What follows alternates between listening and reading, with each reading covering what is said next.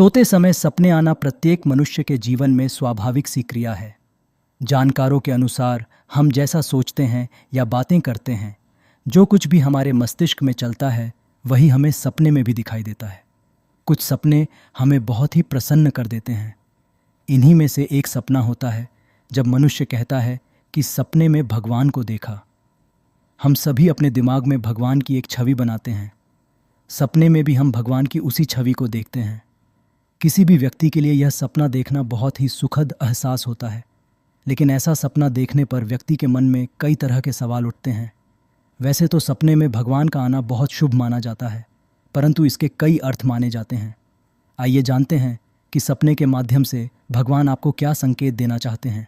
यदि आप अपने स्वप्न में ईश्वर को देखते हैं तो इसका अर्थ हो सकता है कि ईश्वर आपको भक्ति की राह पर चलने का संकेत दे रहे हैं। कभी कभी मनुष्य भौतिकता की चकाचौंध में खो जाता है और उसे ईश्वर के स्मरण तक की याद नहीं रहती है और व्यक्ति के मार्ग से भटकने का भय रहता है।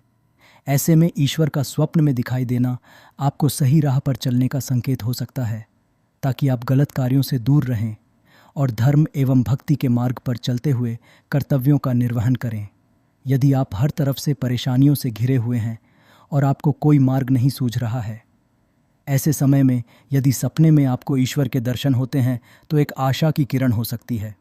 ईश्वर आपको संकेत दे रहे हैं कि धैर्य बनाए रखने की आवश्यकता है।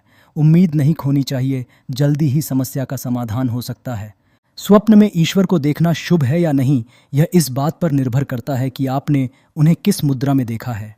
यदि आप सपने में भगवान को उग्र और क्रोधित मुद्रा में देखते हैं तो यह शुभ नहीं माना जाता है। इसका अर्थ माना जाता है कि आपको कोई भी गलत कार्य नहीं करने चाहिए, और अगर आप कोई गलत काम कर रहे हैं तो स्वयं में सुधार करने की ज़रूरत है। सपने भगवान का आशीर्वाद मिलना। यदि आप सपने में भगवान को अपने घर में देखते हैं तो इसका मतलब होता है कि आपके और परिवार के सदस्यों पर भगवान का आशीर्वाद पबना हुआ है। वहीं यदि आप सपने में अपने कार्यस्थल या स्कूल जैसे स्थान पर भगवान को देखते हैं तो इसका अर्थ माना जाता है कि आपको अपने कार्य और शिक्षा के क्षेत्र में परिश्रम करने की आवश्यकता है।